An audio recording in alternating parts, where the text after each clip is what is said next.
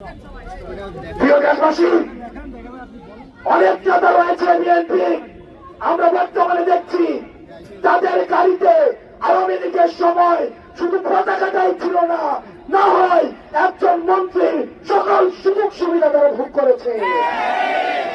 আমি চ্যালেঞ্জ দিয়ে বলছি, বিএনপির শীর্ষ নেতৃবৃন্দকে চ্যালেঞ্জ দিয়ে বলছি, প্রয়োজনে ফেস টু ফেস আমি ডিবেট করতে রাজি।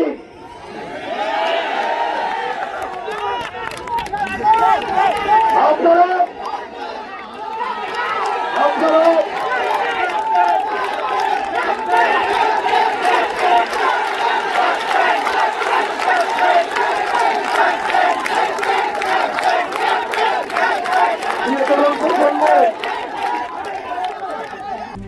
RICL TMX, যুগের পর যুগ স্থাপনা থাকে মজবুত।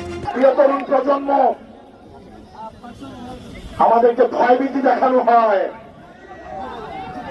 আমরা যে জীবনটা যাপন করছি, এই জীবনটাই আমাদের পুনাস জীবন। আপনি কারে বই দেখাবেন?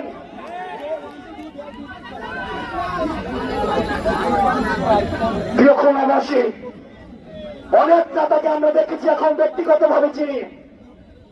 এই 17 বছরে তাদের সম্পদ তো কমেই নাই, বরং তাদের ফ্ল্যাট বেড়েছে, তাদের সম্পদ বেড়েছে, তাদের ব্যাংক হয়েছে।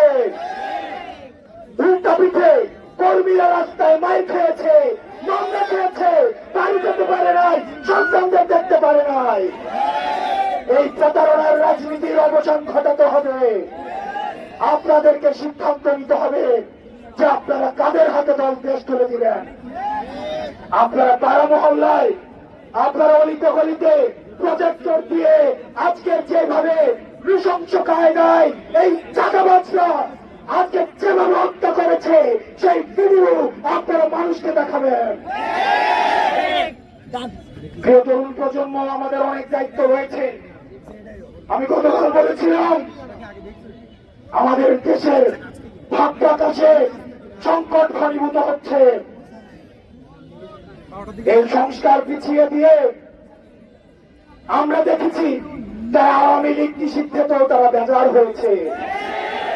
তারা সংস্কার চায় না, তারা বিচার চায় না, তারা আওয়ামী লীগ নিষিদ্ধ চায় না। তারা আপনারা চান কি? শুধু কি চান্দা চাও? যদি চান্দা লাগে আমরা সবাই মিলে খাইয়া চান্দা দেই।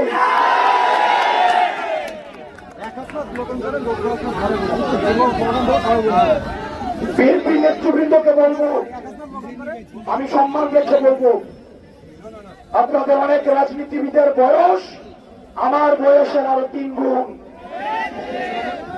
আমি আপনাদেরকে বিনয়ের সাথে আমরা অনুরোধ করব, আপনার এই তরুণ প্রজন্মকে বুঝবুন।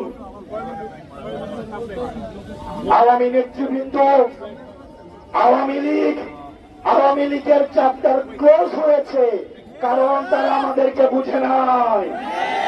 এই তরুণ প্রজন্মের ভাষা বুঝে নাই। জনাব তারেক রহমানকে বলবো, যদি আপনি 80 বছর মানুষের